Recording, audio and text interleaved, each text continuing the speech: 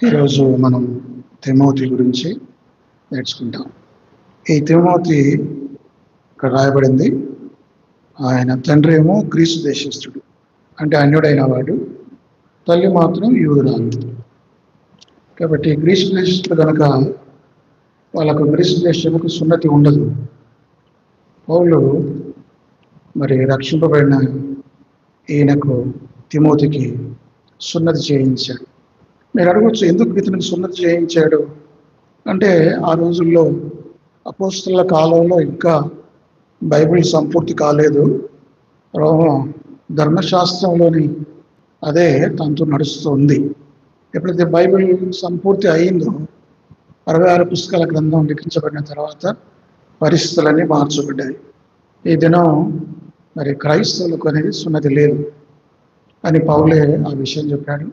సున్నతి ఆత్మ సంబంధంగా ఉండాలి తప్ప శరీరమైన సున్నతి అంత ముఖ్యం కాదని పౌలు మాట్లాడాడు. అయితే ఇక్కడ పౌలే తనకు సున్నతి ఇచ్చినట్లుగా మరి ఈ మాటల్లో ఉన్నాయి. కాబట్టి తిమోతి ఒక యవనస్తుడు, మంచి శిష్యుడు, మరి మంచి పేరు పొందినవాడు. చూడండి, మంచి అతడు లుస్త్రలోను ఇకోనియలోను ఉన్న సహోదరుల వలన మంచి పేరు పొందినవాడు. ఎంత మంచి సాక్ష్యం! మంచి పేరు అనేది అది ఎప్పటికీ పోదు. పలానా వ్యక్తి మంచివాడని పేరు తెచ్చుకుంటే చాలు, తరతరాలు ఎప్పటికీ ఆ పేరు గుర్తుంటుంది. పలానా వ్యక్తి మంచి వ్యక్తి. ఆ మంచి పేరు సంపాదించుకోవడానికి ఎంతో కష్టపడాలి. చెడు పేరు కోసం నువ్వు ఏం కష్టపడకపోయినా పర్వాలేదు, చెడు పేరు సంపాదించుకోవచ్చు. కానీ మంచి కోసం ఎంతో ప్రయాసపడాలి. ఈ వ్యక్తి రక్షించబడ్డాడు, శిష్యుడు.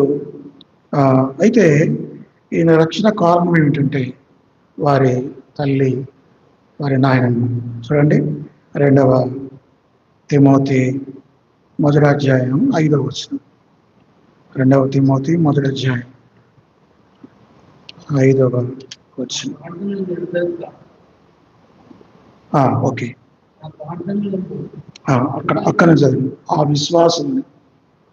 ఆ విశ్వాసం మొదట నీ అబ్బాయి అయిన లోయలోను నీ తల్లి అయిన యునికిలోను వసించను, అది నీ యందు సహా వసించున్నదని నేను రూఢిగా నమ్ముచున్నాను.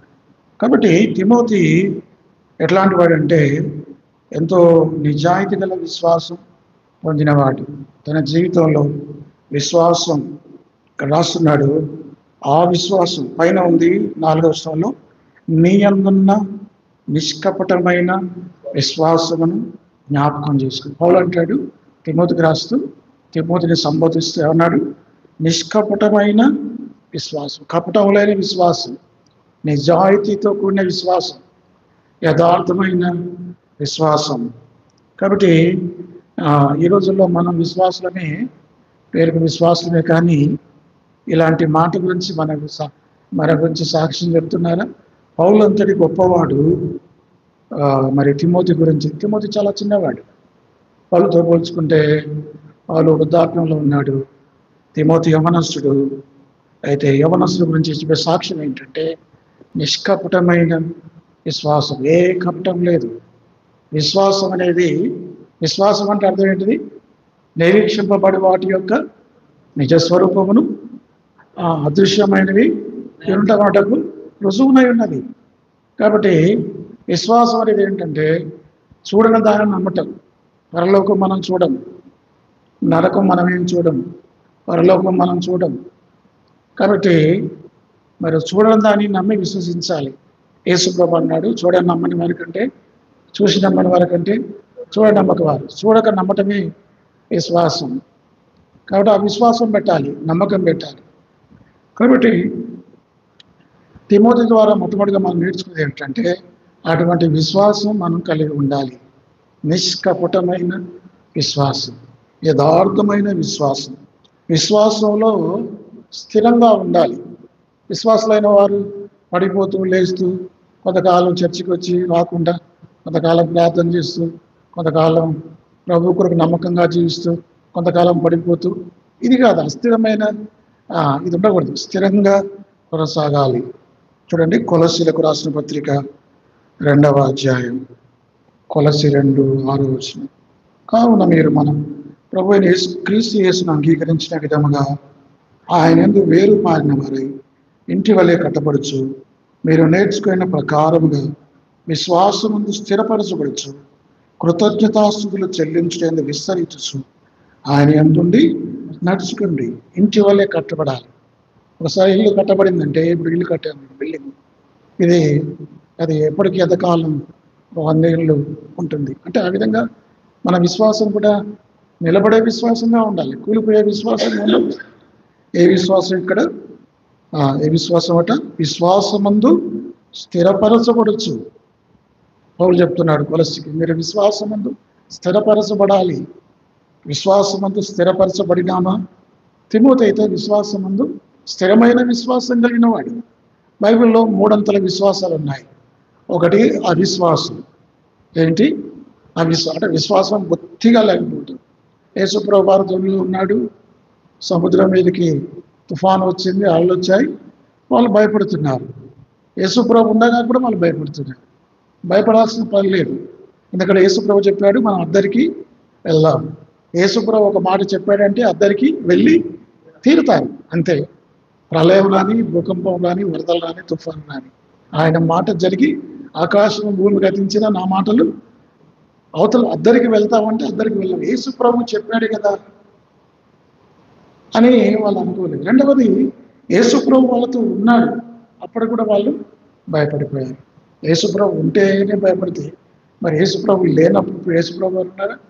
లేరు. ఎంత భయపడాలి?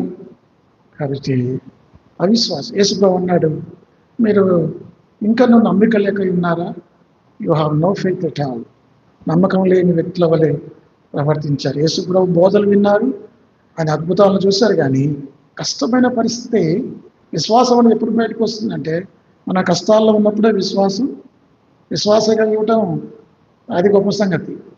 పరిస్థితులు బాగున్నప్పుడు విశ్వాసంగా ఉండటం అనేది అది గొప్ప సంగతి కాదు, కానీ పరిస్థితులు వ్యతిరేకంగా ఉన్నప్పుడు కూడా విశ్వాసంగా ప్రవర్తించాలి.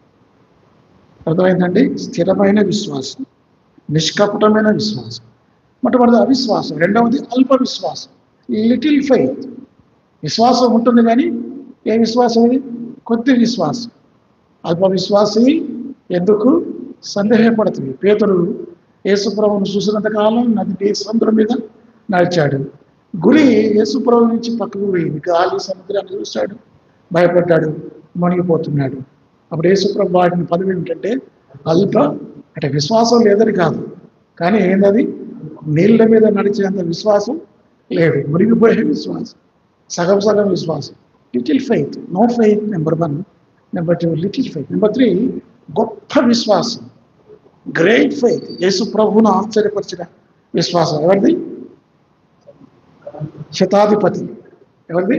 శతాధిపతి. ఇంత గొప్ప విశ్వాసం ఇస్రాయేలులోనే ఎవరిని? ఒక అన్యుడు, ఒక రోమియుడు, ఒక సోల్జర్, సెంచూరియన్, 100 మంది సైనికులు ఉంటారు. రోమా ఈ దేశ మతం కాదు, యూదా మతం కాదు. మరి అతను నమ్మాడు. అతను చాలా కాలం ఇటలీ నాది, అక్కడ నమ్మాడు, అక్కడ ఉన్నాడు. అయితే మరి యూదా మతమే నిజమైన మతమని, యూదా దేవుడి నిజమైన దేవుడని, యెహోవా నిజమైన దేవుడని నేను తెలుసుకున్నాడు. యేసు ప్రభువుతో అంటున్నాడు, మా ప్రభా నువ్వు మాట మాత్రం సెలవి. ఏమన్నాడు?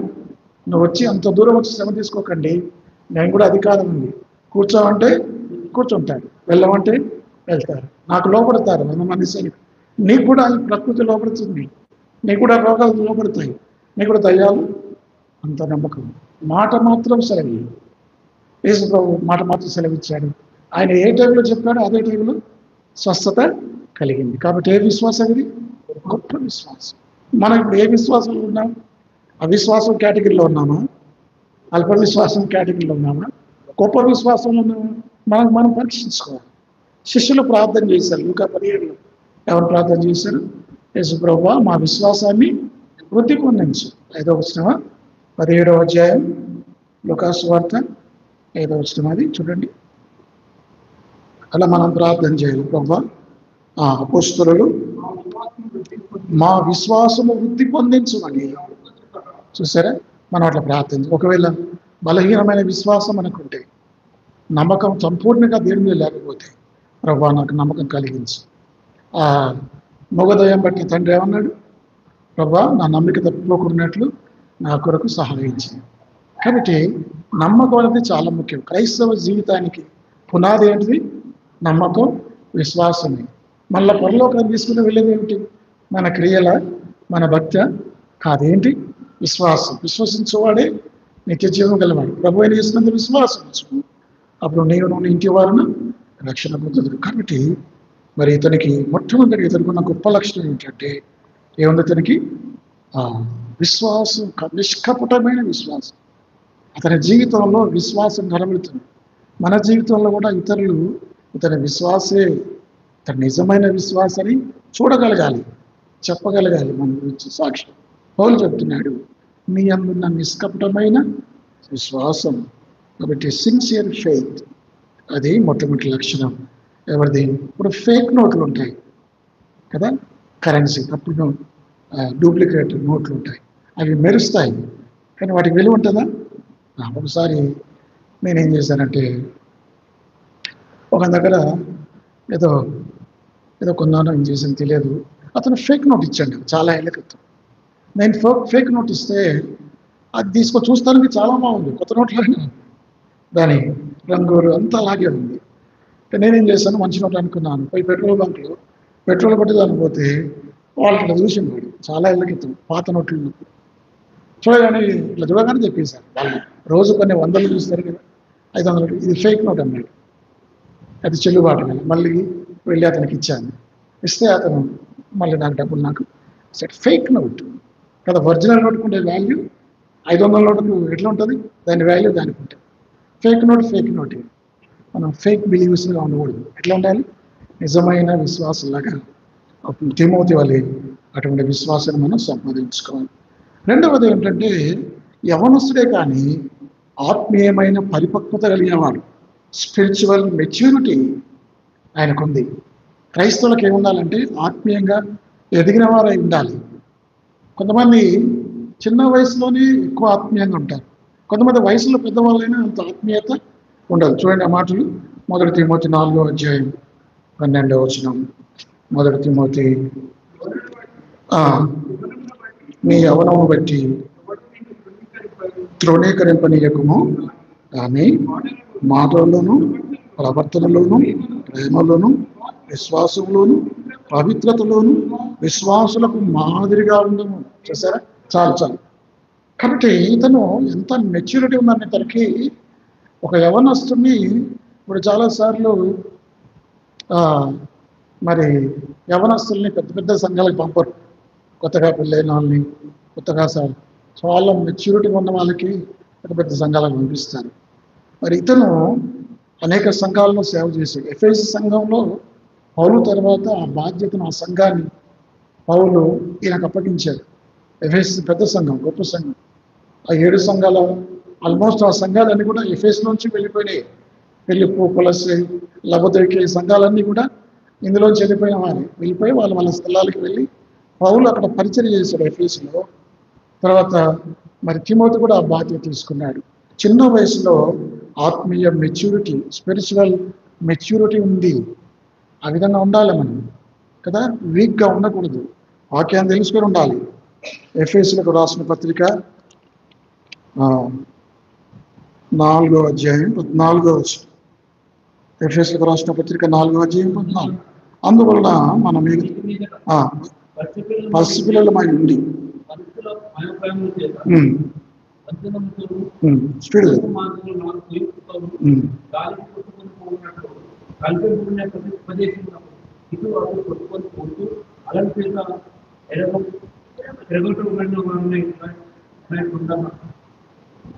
ప్రేమ కలిగి సత్యం చెప్పుచు క్రీస్తు వలె ఉండకు మనం అన్ని విషయాల్లో ఎదుగుతాము. అన్ని విషయాల్లో ఎదిగిన వాడు ఎట్లుంటాడు? స్థిరంగా ఉంటాడు.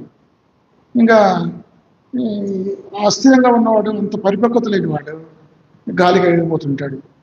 ఒకరోజేమో కింగ్స్ టెంపుల్ అంటాడు, ఇంకొక వారం ఏమంటాడు జేసీఎన్ఎం అంటాడు, ఇంకొక వారం ఫిబ్రవరి అంటాడు. ఇట్లా తిరుగుతూనే ఉంటారు వాళ్ళు. ఒక సంఘానికి కట్టుబడి ఉండి ఒక సంఘంలో వాక్యం నేర్చుకొని మరి దానిలో వాళ్ళు ఆత్మీయంగా వృద్ధిలోకి రారు. కనుక మనం ఎట్లా ఉన్నాం, పౌలు ఎలా, తిమోతి ఎలా ఉన్నాడంటే అన్ని విషయాల్లో మాదిరిగా ఎగ్జాంపుల్గా ఉన్నాడు. ఏ విషయంలో మాదిరిగా ఉన్నాడు? మొట్టమొదటిగా మాటలో మాదిరిగా ఉండాలి. మన మాటలు ఎలా ఉండాలి? రుచికరంగా ఉండాలి. ఇతరులని బాధపరిచే విధంగా, గాయపరిచే విధంగా ఉండకూడదు. మన మాటలను బట్టి నీతివంతులుగా తీర్పు పొందుతాం, మన మాటలను బట్టి అపరాధులుగా తీర్చబడతామని మత్తయి 12లో ఉంది కదా. మాటలు చాలా జాగ్రత్తగా రుచికరంగా ఉండాలి. కొలసే పత్రికలో ఉంది, ఉప్పు వేసినట్లుగా రుచి వేసినట్లుగా మీ మాటలు కృపాసహితంగా ఉండాలి. మనం మాట్లాడుతున్న ఇతరుల వినబుద్ధి కావాలి.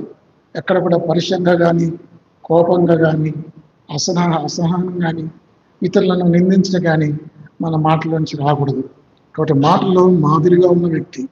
రెండవది ప్రవర్తనలో గ్రేట్ క్యారెక్టర్ కదా. అతని ప్రవర్తన ఎంత మంచిది, మంచి ప్రవర్తన కలిగిన వాడు, చెడ్డ ప్రవర్తన బ్యాడ్ క్యారెక్టర్ లేనివాడు. మూడవది ప్రేమ కలిగిన వాడు. తిమోతి ఎలాంటి వాడు అంటే ప్రేమలో కూడా మాదిరిగా ఉన్నాడు. కాబట్టి ఈ రోజుల్లో ప్రేమ అనేది కరువైంది. ప్రేమ స్థానంలో అసూయ, ద్వేషం, మన సొంత వారిని, సొంత ఇంటి వారిని, సొంత సంఘస్థుల్ని ప్రేమించలేని స్థితిలో ఉన్నాం. కనుక దేవుడు ఆయన మన కోసం ఎందుకు ప్రాణం పెట్టాడు? ఆయన మనల్ని ప్రేమించాడు కాబట్టి మన కోసం. ప్రేమ అనేది ఏదైనా చేయగలుగుతుంది. మన పిల్లలకు మనం ఎందుకు చదివిస్తాం? ఎందుకు వాళ్ళ గురించి అంతగా పట్టించుకుంటాం? వాళ్ళని మనం ప్రేమిస్తాం. ఒక వ్యక్తిని నువ్వు ప్రేమిస్తే అతని కోసం ఏదైనా చేస్తాం. కాబట్టి ప్రేమించే మనసు మనకు ఉండాలి. అసూయ, ద్వేషం, జెలసీ అవన్నీ తీసివేయాలి. అది మూడవది. నాలుగవది విశ్వాసంలో మనం చూసాం. ఏ విశ్వాసం వినకు చెప్పండి. ఏ విశ్వాసం? నిష్కపటమైన, కపటం లేని విశ్వాసం. తర్వాత పవిత్రత, పరిశుద్ధత కలిగిన వ్యక్తి. తర్వాత అన్నింటిలో, ఐదింట్లో కూడా మాదిరిగా ఉన్నాడు. ఒక వ్యక్తి ఎప్పుడు మెచ్యూరిటీ పర్సన్ ఎప్పుడవుతాడు అంటే ఇన్ని బ్యాలెన్స్గా ఉండాలి. ఏదో వాక్యం చెప్పి పోతే సరిపోదు. వాక్యం చెప్పే వల్ల మాదిరిగా ఉండాలి, విశ్వాసంలో మాదిరిగా ఉండాలి, ప్రేమలో మాదిరిగా ఉండాలి, ప్రవర్తనలు, మాటలు, అన్ని విషయాల్లో మాదిరిగా ఉంటే అతను మెచ్యూర్ బిలీవర్. కాబట్టి దేవుని బిడ్డలంగా మనం ఎలా ఉండాలంటే, మరి రెండవ లక్షణం ఏమిటంటే ఇతను యవనస్తుడే కానీ మరి ఎంతో మెచ్యూరిటీ కలిగిన వాడు. ఇర్మియా గ్రంథం 1వ అధ్యాయం 7వ వచనం చూడండి, ఎంత పరిపక్వత ఇచ్చాను.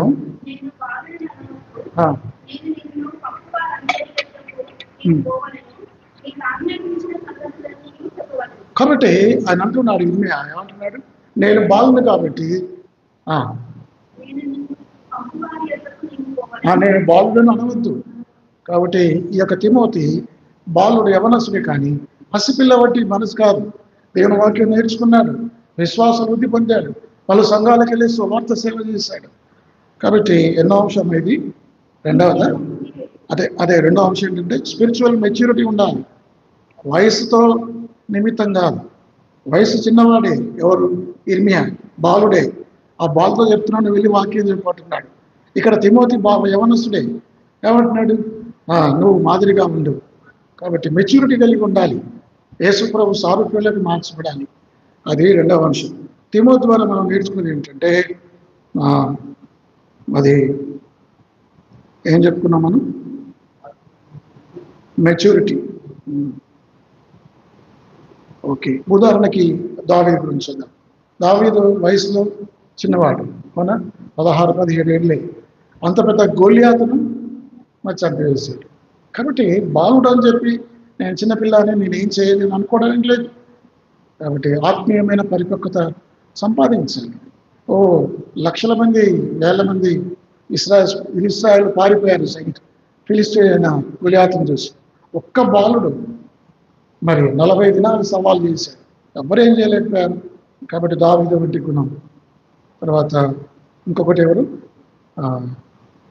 ఇర్మియా వలె, దావీదు వలె, తిమోతి వలె మన యవనంలోనే పరిపక్వత సాధించాలి. అది రెండవది.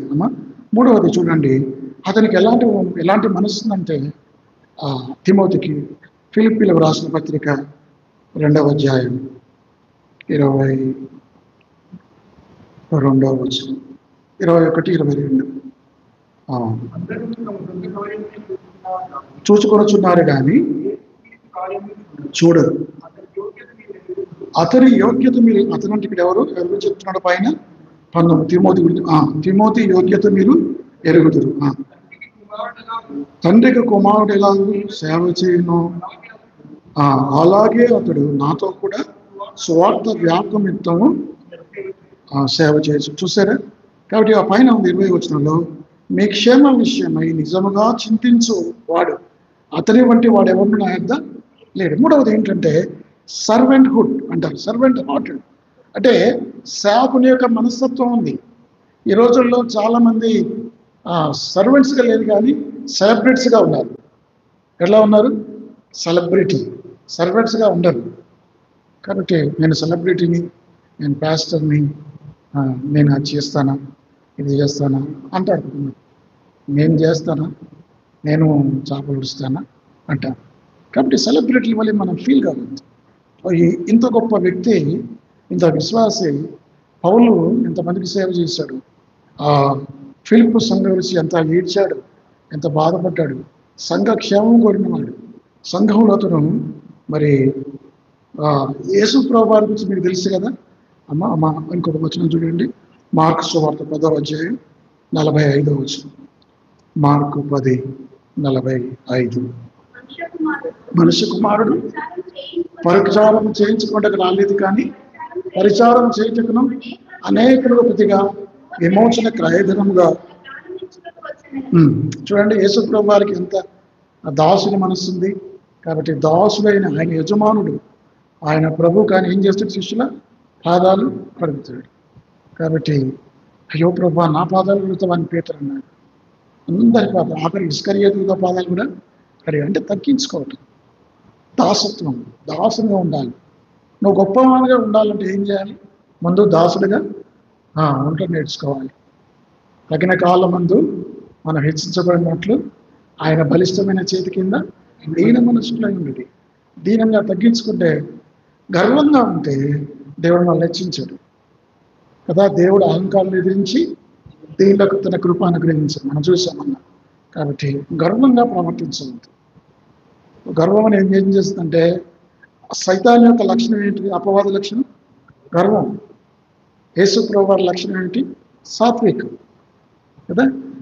ఇప్పుడు సైతాను పరలోకం ఉన్నప్పుడు అతను ప్రధాన దూతగా లూసిఫర్గా ఉన్నాడు. అయితే అతని కింద అందరు ఉండేవాళ్ళు. ఆయన పైన యేసు ప్రభు తప్ప, దేవుడు తప్ప, ఆ కెరూబులు, సెరూబులు, కొన్ని కోట్ల మంది దూతలు అందరూ అపవాది కింద. ఈవెందో మిగతా ప్రధాన దూతలు కూడా ఈయన కిందే ఉండేవాడు. ఎవరి కింద? లూసిఫర్ కింద ఉండేవాడు. అప్పుడు లూసిఫర్ ఏమనుకున్నాడు? అయ్యో, నేను అందరూ నా కిందే ఉన్నారు, కానీ నా పైన ఉంది ఎవరు? దేవుడు ఒక్కడే కదా. ఉత్తర దిక్కున సభాపరగుతు నన్ను నేను హెచ్చించుకున్నాను, దేవుని పైన ఉండాలనుకున్నాడు. గర్వించాడు, భూమి మీదకి త్రోయబడ్డాడు. కాబట్టి గర్వం అనేది విశ్వాసులకు తగదు. కాబట్టి తగ్గింపు, వినయం కదా. వినయ మనస్కుల్ని ఎవరైనా ప్రేమిస్తారు, గర్విస్తుల్ని ఎవరు కూడా లక్ష్య పెట్టరు. కాబట్టి ఇతను ఎలాంటి వాడంటే సేవ చేసే మనస్సు గలవాడు. చూడండి, అతని 22, అతని యోగ్యత మీరు ఎరుగుదురు. తండ్రికి కుమారుడు ఎలాగూ సేవ చేయను, అలాగే అతడు నాతో కూడా సువార్తకు వ్యాపకం నిమిత్తము సేవ చేశాను. సేవ చేసేవాడుగా ఉన్నాడు. కాబట్టి సేవ చేసేవారంగా ఉండాలి.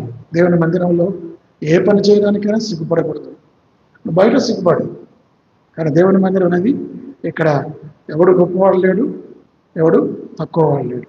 అందరూ సమానమే దేవుని దృష్టిలో. అందరూ సరే, బాధ్యతలను బట్టి కొంతమందికి బాధ్యతలు ఉంటాయి, కానీ ఇక్కడ ఎక్కువ తక్కువ, కులము, జాతి, మతం, భేదం లేదు. మనం అందరము యేసుక్రీస్తు దాసులం, ఆయన పిల్లలం. అందరికీ సరి సమానమైన ఆత్మనిచ్చారు. అందరం కూడా రక్షించబడ్డాము. రేపు అందరం పరలోకం ఉంటాం. కాబట్టి మనం తగ్గించుకోవాలి, ఎప్పుడు హెచ్చించుకోవద్దు. మనం హెచ్చించాల్సిన యేసుప్రభు వారిని. అర్థమైందా? సేవ చేసే servant hearted person he was. ఎవరు? తిమోతి. అది మూడవది. ఇప్పుడు చూసాం కదా. 4వదమ్మ అపోస్తల కార్యం 16వ అధ్యాయం 3వ వచనం. తిమోతి బయలుదేరి పౌలు కోరి ఉమ్. ఉమ్. కాబట్టి అతను గురించి పౌలు ఉన్నాడు ఏమని, ఇతను మంచి చక్కని శిష్యుడు, మంచి విశ్వాసి, చురుకైన వ్యక్తి, కాబట్టి మంచి పేరు పొందిన వాడిని లుస్త్రాలో. అప్పుడు పౌలు అడిగాడు, ఏమని అడిగాడు, నువ్వు నాతో కూడా పరిచర్యకు వస్తావా, సేవకు వస్తావంటే ఏమంటాడు, అన్ని విడిచిపెట్టి సేవకి వెళ్ళిపోయాడు. తన తండ్రి గ్రీసు దేశస్థుడు, తల్లి యోదయ, కాబట్టి యూదురాలు కనుక మరి సేవకి వెళ్ళాడు. అంటే ఒబీడియంట్ మనసు. నాలుగోది ఏంటంటే సబ్మిటివ్ టు లీడర్షిప్. అంటే అర్థమైంది, పెద్దలకు నాయకత్వానికి లోబడి ఉండే మనిషి. నువ్వు నాయకత్వం ఎప్పుడు చేయవచ్చు, అనాథ ఎప్పుడు ఉంటుంది, ఒక వ్యక్తికి లీడర్షిప్ ఎప్పుడు వస్తుంది అంటే అతను మరి లోబడి ఉండేవాళ్ళు. కాబట్టి ఇప్పుడు ఉదాహరణకి నేను చెప్తాను, మీకు అర్థం కాదు. జాషువా ముందెవరు మోషేకు పరిచారకుడు తర్వాత ఏమయ్యాడు, నాయకుడు అయ్యాడు. అంటే నాయకుడుగా ఉండవలసిన వాడు ముందే ఉండాలి, పరిచారకుడై ఉండాలి. మోషేను కనిపెట్టుకొని ఉన్నాడు. ఆ సీయను ఏంటది, ఏం కొండది, సీనాయి కొండ మీద దేవుడు మాట్లాడుతున్నప్పుడు ఈ గుడారం నుంచి బయటికి వెళ్ళలేదు ఎవరు, యెహోషువ. చాలా జాగ్రత్తగా ఆయనకు మెలకు కలిగి ఉండేవాడు. పెద్దలకు లోబడి ఉండటం అనేది దైవికమైన పెద్దలు, ఏ పెద్దలు పడితే ఆ పెద్దలు కాదు, దైవికమైన ఆత్మీయమైన పెద్దలైన వారికి లోబడటం అనేది మంచి సంగతి. తిమోతి పెద్దలైన వారు పౌలుకు లోబడ్డాడు.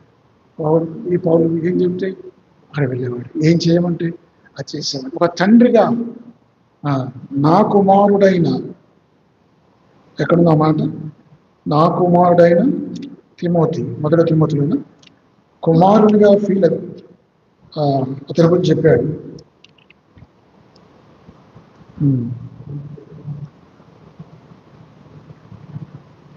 రెండవ తిమోతి మొదటి అధ్యాయం మొదటి వచనంలో క్రీస్తు యేసు అపోస్తలుడైన పౌలు ప్రియ కుమారుడు తిమోతికి శుభమని చెప్పి వ్రాయినది.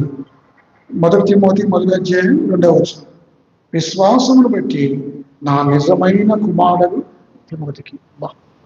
ఆత్మీయ తండ్రిగా పౌలు భావించాడు.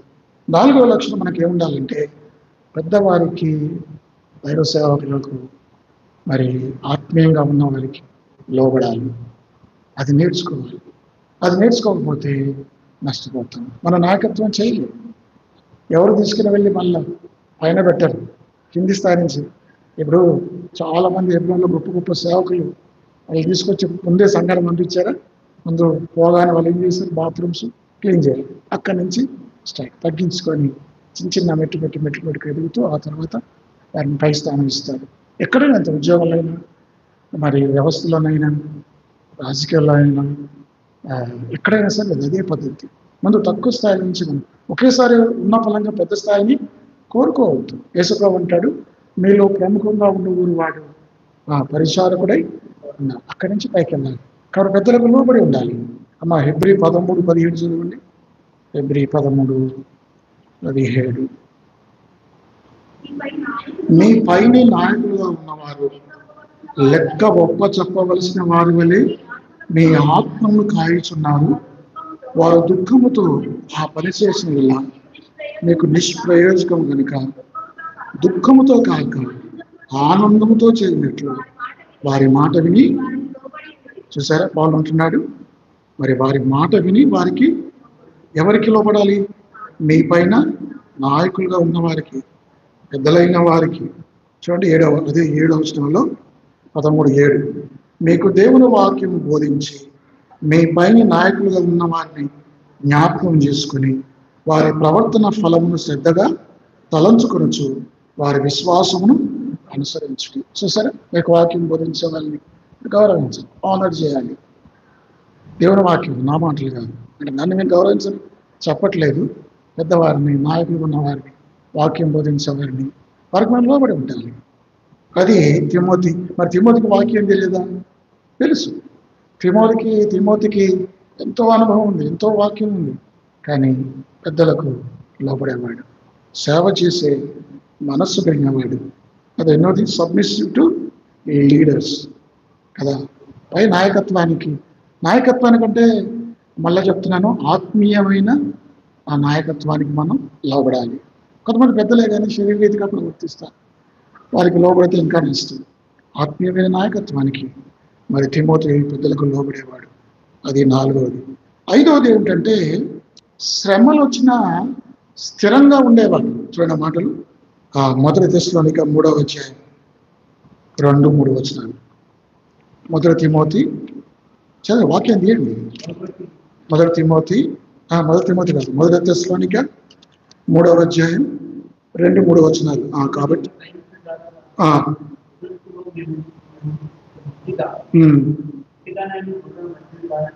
పెంచి ఈ శ్రమల వలన ఎవడును కదిలింపబడినట్లు మిమ్మల్ని స్థిరపరచుటకును మీ విశ్వాసం విషయమై మిమ్మల్ని హెచ్చరించుటకును మన సహోదరుడు క్రీస్తు సువార్త విషయంలో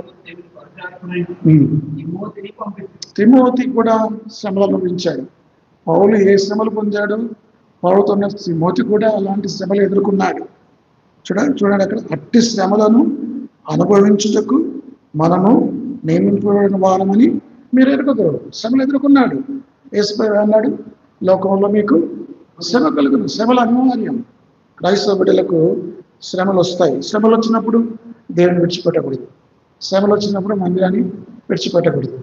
పాస్టర్ ఏదైనా కఠినంగా మాట్లాడినప్పుడు ఇక మందిరానికి రావటం మానేయకూడదు, అడగకూడదు, ఆత్మీయంగా నష్టపోకూడదు.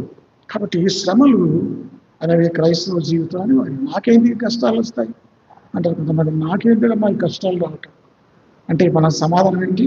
కష్టాలు నీకే వస్తాయి, అవిశ్వాసులకు రావు. ఎందుకు రావు అవిశ్వాసులకి? ఎందుకు రావు అంటే వాళ్ళ కష్టాలు పైన ఉన్నాయి. పైన కాబట్టి చనిపోయిన తర్వాత నరకంలో అగ్ని ఆరదు, పురుగు భయంకరమైన శ్రమలు, యుగయుగాలు అది వేదన, అగ్ని. కాబట్టి ఇప్పుడు వాళ్ళు సంతోషంగా జీవిస్తారు, ఆనందంగా ఉంటారు, ఎంజాయ్ చేస్తారు. చివరికి వాళ్ళు విశ్వాసం ఏంది? విశ్వాసం ముందు కష్టపడాలి, శ్రమపడాలి, తర్వాత పరలోకంలో ఏముంటుంది మనకి? ఆనందం. సైతాన్ చెప్తాడు ముందు ఎంజాయ్ చేయి. సైతాన్ టాక్టిక్ ఏమంటే ముందు ఎంజాయ్ చేయి, ఆనందించు, సుఖించు అంటాడు. తర్వాత ఏడు నరకంలో అంటాడు. దేవుడు ఏం చెప్తాడు? ముందు నువ్వు శ్రమపడు, కష్టపడు, బాధపడు, తర్వాత నీకు మహిమ ఉంది, తర్వాత నీకు ఆనందం ఉంది. కాబట్టి శ్రమలు గుండా మనం వెళ్ళాలి, శ్రమల గుండా మనం వెళ్ళాలి. 1 పేతురు 2:21, 1 పేతురు 2:20 ఎంతమ్మా 24. మనం పాపల విషయమై చెడిపోయి జీవించినట్లు కాబట్టి ఇక్కడ 23 ఉంది. ఆయన దూషింపబడి బదులు దూషింపబడినాడు, ఆయన శ్రమ పట్టబడి బెదిరింప. శ్రమల గుండా వెళ్ళాడు, కష్టాల గుండా వెళ్ళాడు. మనకు శ్రమలు రాలేదంటే అర్థమైంది. శ్రమలు రాలేదంటే మనం క్రైస్తవులం కాము. నిజంగా నువ్వు క్రైస్తవుడు అయితే శ్రమలు వస్తాయి, బాధలు వస్తాయి, హింసలు వస్తాయి. ఏ శ్రమ లేకుండా, ఏ బాధ లేకుండా నల్లేరు దాని మీద నడకలే సాఫీగా జీవితం ఉందంటే మనం రాజీ పడుతున్నాం, అడుగుతాం. లోకంతో రాజీ పడుతున్నాం. కొన్నిసార్లు మనం ఎదిరించాలి పరిస్థితులకు.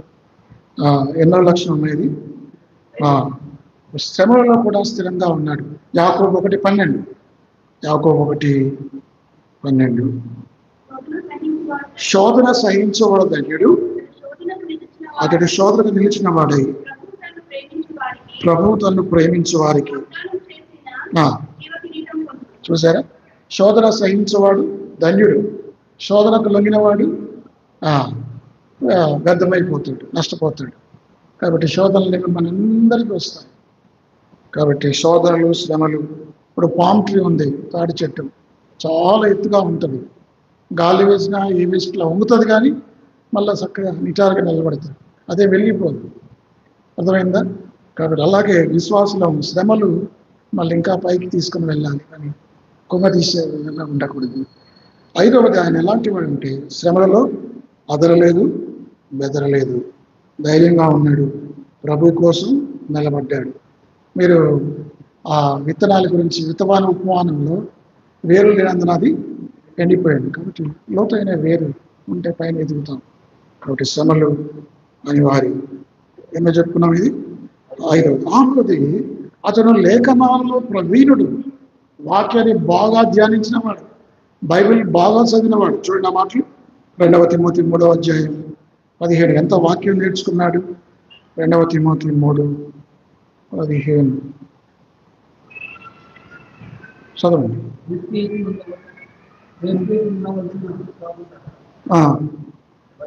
రక్షణార్థమైన జ్ఞానముని కలిగించుటకు శక్తి గల పరిశుద్ధ లేఖనములను బాల్యము నుండి నీవు ఎరుగుతుంది కనుక నీవు నేర్చుకుని రూఢి అని తెలుసుకున్నవి ఎవరి వల్ల నేర్చుకుంటే వాస్తవంగా తెలుసుకొని వాటి అంతా నిలకడగా ఎప్పుడు నేర్చుకున్నాడు వాక్యం మీద? ఎప్పుడు? చిన్నప్పుడే, సండే స్కూల్ నుంచే. మీకు తెలుసా, యూదులు ఇప్పటికి కూడా, ఈ రోజు కూడా, రాత్రి కూడా 10 కమాండ్మెంట్ చెప్పకపోతే వాళ్ళ అమ్మ వాళ్ళకి భోజనం పెట్టదు. రాత్రి పడుకునే ముందు పిల్లలు 10 ఆజ్ఞలు అప్పచెప్పాలి. ఎవరికి? తల్లిదండ్రులకి. 10 ఆజ్ఞలు చెప్తేనే వారికి భోజనం. కాబట్టి చిన్ననాటి నుంచే దేవుని వాక్యం. బాల్యం నుండి వాళ్ళ తల్లి పేరు ఏం పేరు? యునికే. వాళ్ళ అమ్మమ్మ పేరు లోయి. కాబట్టి లోయి విశ్వాసం ఇనుకులకు వచ్చింది. ఇనుకుల విశ్వాసం ఎవరికి? తిమోతిలకు వచ్చింది. కనుక ఇప్పుడు మనం ఏం చెప్పుకుంటున్నాం? లేఖనాల్లో ప్రావీణ్యం కలిగిన వాడు. దేవుని వాక్యాన్ని మనం మరి ఇంతకాలం ఇన్ని సంవత్సరాలు చర్చకొచ్చాము. 15 సంవత్సరాలు, 20 సంవత్సరాలు, 10 సంవత్సరాలు ఎంత వాక్యం నేర్చుకున్నాం, ఎంత బైహార్ట్ చేశాం, ఎన్ని వచనాలు గుర్తుపెట్టుకున్నాం. ఇది చాలా ప్రాముఖ్యం. ఎందుకంటే వాక్యమే మన జీవితాన్ని 119, 103 దేవుని వాక్యమే మన జీవితానికి ఆధారం. 119, 103, 103, 105, 103. అమ్మా, నా పాదములకు దీపం. 105, 105 వచ్చేది.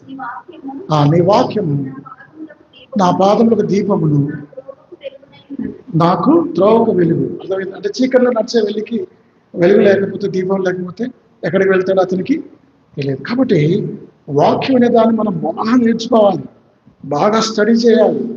చదువు రాని వాళ్ళు చదువు నేర్చుకోవాలి.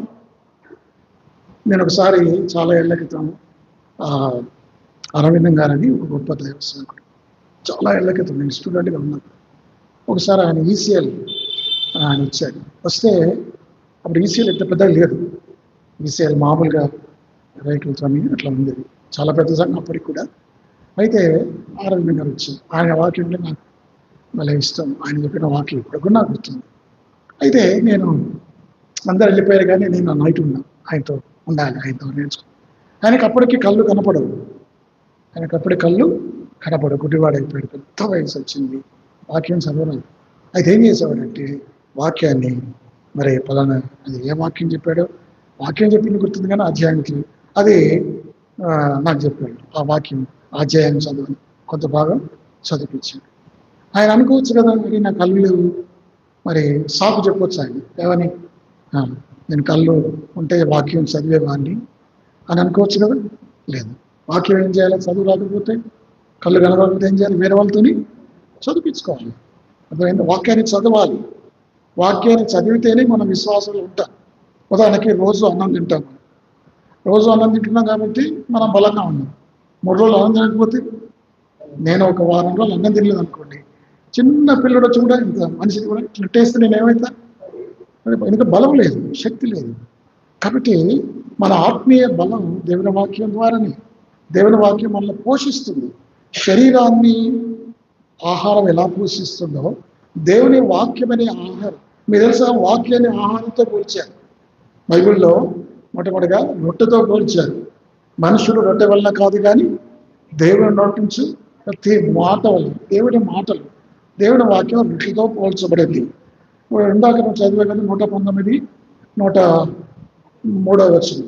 అక్కడ ఏముందంటే నీ వాక్యము తేనె వంటిది. కాదు, తేనె వంటిది ఎన్నో వచ్చిన అది 103 కదా. 103 దేవుని వాక్యం దేనితో పోల్చారు? తేనెతో పోల్చారు. తర్వాత దేవుని వాక్యాన్ని పాలతో పోల్చారు. మీరు కొత్తగా జన్మింపబడిన శిశువులను పోలిన వారి వాక్యమని పాలతో రక్షణ విషయంలో ఎదుగు నిమిత్తం. వాక్యం దేంతో పోల్చారు? పాలతో పోల్చారు. తర్వాత వాక్యాన్ని దేంతో పోల్చారంటే హెబ్రీ పత్రిక బలమైన ఆహారం కాదు, మీట్ అనేది బలమైన ఆహారం. మరి వాక్యం బలమైన ఆహారం అని 5వ అధ్యాయం కదా. మీట్, మాంసం తిన్న ఎట్లుంటాడు? మాంసం తిన్న వాళ్ళు బాగా రోజైన తర్వాత ఏం చెప్తారు డాక్టర్లు? మంచిగా కొద్దిగా మటన్ తిను, నువ్వు బలగా ఉంటానని చెప్తాడు. అంటే మీట్తో పోల్చి బలమైన ఆహారం. తర్వాత వాక్యాన్ని 1 కొరింథీ 3వ అధ్యాయంలో అన్నంతో పోల్చారు. పౌలు అంటాడు, మిమ్మల్ని నేను పాలతో కాదు అన్నంతో, ఆ మాటలు అట్లున్నాయి. అన్నము, రైస్, అన్నంతో పోల్చారు. పాల వంటిది, తేనె వంటిది, రొట్టె వంటిది, అన్నం వంటిది, బలమైన ఆహారం కదా.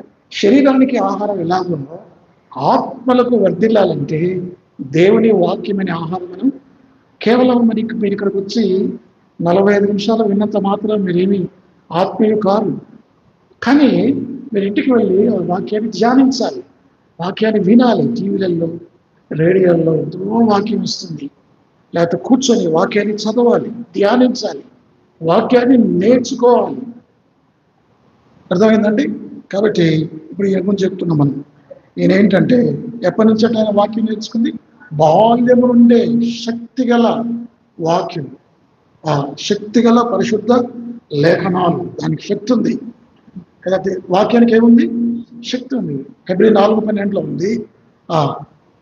హెబ్రీ 4:12 ఎందుకనగా దేవుని వాక్యం సజీవమైనదై, 2 ఉన్నాయి దానికి. ఒకటేమో దేవుని వాక్యం ఇట్స్ ఏ లివింగ్, సజీవమైంది, మృతమైంది కాదు. న్యూస్ పేపర్ ఇవాళ చూస్తాం, రేపు ఏం చేస్తాని పడేస్తాం, అది మృతమైంది. కానీ దేవుని వాక్యం అలా కాదు, ఎప్పటికదే రిఫ్రెష్గా ఉంటుంది, ఫ్రెష్గా. నాడు రోజు మన్నాను వాళ్ళు కూర్చుకునేవారు. అలాగే దేవుని వాక్యం సజీవమైనది. రెండవది బలము గలదై, దేవుని వాక్యం శక్తి ఉంది. దేవుని వాక్యం మన జీవితాన్ని మార్చివేస్తుంది. శక్తిగల లేఖనం ఆ మాట చదువు, ఇందాక చదివింది. ఎన్నో మాట అది? 2వ తిమోతి 3:15. 2వ తిమోతి 3:15 కొంచెం మెల్లగా చదవండి. 2వ తిమోతి 3:15 నేను చదువుతాను. రక్షణార్థమైన జ్ఞానము నీకు కలిగించుటకు శక్తిగల పరిశుద్ధ లేఖనములను బాల్యము నుండి నీ విరుదు. చిన్ననాటి నుంచి శక్తిగల వాక్యం, రక్షణార్థమైన, రక్షణ కలిగించే వాక్యం, విశ్వాసాన్ని కలిగించే శక్తి కలిగిన వాక్యం నీవు నేర్చుకున్న దాని ప్రకారం జీవించు. కాబట్టి తిమోతి దేవుని వాక్యాన్ని బాగా. తర్వాత చివరిది ఏంటంటే ఎంతో గొప్ప సువార్త చేశాడు. సువార్త చేసే విషయంలో strong in evangelism in ministry. చూడండి మాటలు 2వ తిమోతి 4వ అధ్యాయం 5వ వచనం. 2వ తిమోతి 4, అన్ని విషయంలో మితముగా ఉండము, శ్రమపడము, సువార్థంగా పనిచేయము, నీ పరిచర్యను జరిగించు. చూసారా, పౌలు చెప్పిన మాటలు సీరియస్గా తీసుకున్నాడు. కాబట్టి ఎంతో సువార్త ప్రకటించాడు, ఎంతో పరిచర్య చేశాడు, ఎన్నో సంఘాలు తిరిగాడు. ప్రతిది కూడా పౌలు ద్వారా నేర్చుకున్నాడు. పౌలుకి ఎంత బాధ్యత ఉన్నాయో, పౌలు రోమా సంఘంలో శిరఛేదనం చేయబడిన తర్వాత ఆ బాధ్యత అంతా కూడా ఎవరు తీసుకున్నారు? తిమోతి తీసుకున్నాడు. కాబట్టి తిమోతి సువార్త ప్రకటించేవాడు, పరిచర్య, మినిస్ట్రీ. ఈ జీవితంలో మనకున్న 2 లక్ష్యాలు మనకున్నాయి. విశ్వాసకి 2 గోల్స్ ఉన్నాయి, 2 లక్షణాలు. ఏంటి మనకున్న 2 లక్ష్యాలు? డబ్బు బాగా సంపాదించాలా, మంచి ఇల్లు కట్టుకోవాలా, మన పిల్లలు అమెరికా పంపించాలా, 20-50 లక్షలు పెట్టి పెళ్లి చేయాలి. ఇది కాదు. విశ్వాసి లోపల ఎందుకు బ్రతుకుతున్నాడు? రక్షించబడిన తర్వాత అంటే 2 లక్షణాలు. ఒకటి, క్రీస్తు సారూప్యంలోకి మనం మార్చబడాలి, యేసుక్రీస్తు వలె మనం మారాలి, మన స్వభావం. రెండవది, నశించిన ఆత్మలకు సువార్త. అంతే. ఈ 2 తప్ప మనకి ఇంకేమి, మిగతా అన్ని సెకండరీ. నేను అది చేస్తాను, ఇది చేస్తాను, అవన్నీ భూసంబంధమైనవి. ఈ 2. ఒకటి, నేను క్రీస్తు వలె జీవించాలి, క్రీస్తు సారూప్యంలోకి మార్చబడాలి. రెండవది, సువార్త ప్రకటించాలి, ఆత్మలు సంపాదించాలి. ఏ రకంగా సరే నేను ఆత్మలు సంపాదించాలి. కాబట్టి ఏమంటాడు? సమయమందును అసమయమందును. ఆ మాటలు ఉన్నాయా? అవి ఇంకొక దగ్గర ఉన్నాయి. ఎక్కడున్నాయి మాటలు? సమయమందును అసమయమందును అయ్యా 4:2 2 తిమోతి 4:2 ఎన్నో అధ్యాయమా 4:2 చదువు. సమయమందును అసమయమందును ప్రయాసపడుము, సంపూర్ణమైన ఉపదేశించుచు ఖండించుము గద్దించుము. కాబట్టి సమయం లేదు, అసమయం లేదు, సీజన్స్ అన్ సీజన్స్. కాబట్టి ఎప్పుడైనా సరే మరి సువార్త చెప్పడానికి భక్సింగ్ గారు ఆయన బాగా బహిరంగ ముంబైలో ఉన్నప్పుడు బాగా బహిరంగ సువార్త చేశాడు. ఎవ్వరు లేరు, ఎవరు పట్టించుకునే వాళ్ళు లేరు. తర్వాత ఆయన బాగా అలసిపోయి ముంబై వీధిలో పడుకున్నాడు. ఆ దినమంతా బాగా సువార్త ప్రకటించాడు. మధ్యరాత్రి వేళ దేవుడు మరి చెప్పాడు, బాబు ఒక భక్సింగ్ ప్రభు ఒక ఆవిడ వస్తుంది ఇప్పుడు అని సువార్త చెప్తున్నాడు. దీన్ని ప్రభు నేను దినమంతా సువార్త ప్రకటించాను, అలిసిపోయాను, ఇది మధ్యరాత్రి ప్రభు ఆమె నిద్రొస్తుంది. లేదు లేదు నువ్వు వెళ్ళి సువార్త ప్రకటించు. ఆ ముంబైలో అరేబియా సముద్రంలోకి ఆత్మహత్య చేసుకోవడానికి ఆమె పరిగెత్తుకొని వెళ్తుంటే ఆమె ఆపాడు. అప్పుడు ఏం మేము ఎక్కడికి వెళ్తున్నాము? నేను చనిపోవడానికి వెళ్తున్నాను అంటే, ఎందుకు చనిపోతాం అని చెప్పి ఆమె కూర్చోబెట్టి ఆ రాత్రి దేవుడు ఆమె ప్రేమ కలిగాడు. ఆమె గురించి దేవుడు భక్సింగ్ గారితో చెప్పాడు, ఆయన వాక్యం చెప్పాడు, ఆమె రక్షించబడింది. ఒకవేళ ఆ దినమున భక్సింగ్ గారు ఆమెకు సువార్త ప్రకటించకపోతే ఆమె అరేబియా సముద్రంలో ఆమె చనిపోయేది, నరకానికి వెళ్ళేది. కాబట్టి ఇది అసమయం, అర్ధరాత్రి వేళ, సీజన్స్. కొన్ని పరిస్థితులు బాగుండవు, కొన్ని సౌకర్యాలు ఉండవు.